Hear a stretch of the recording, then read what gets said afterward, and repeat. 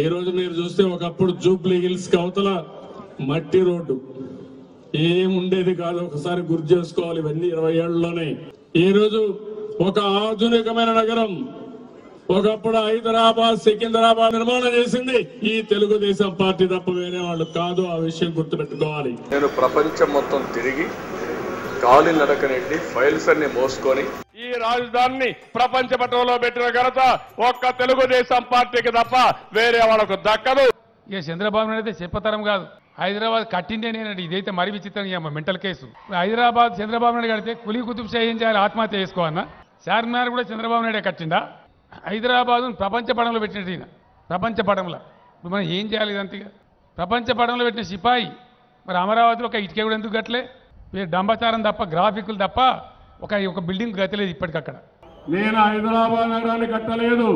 సైబరాబాద్ నగరాన్ని నా హయాంలోకి రూపకల్పన చేశాం.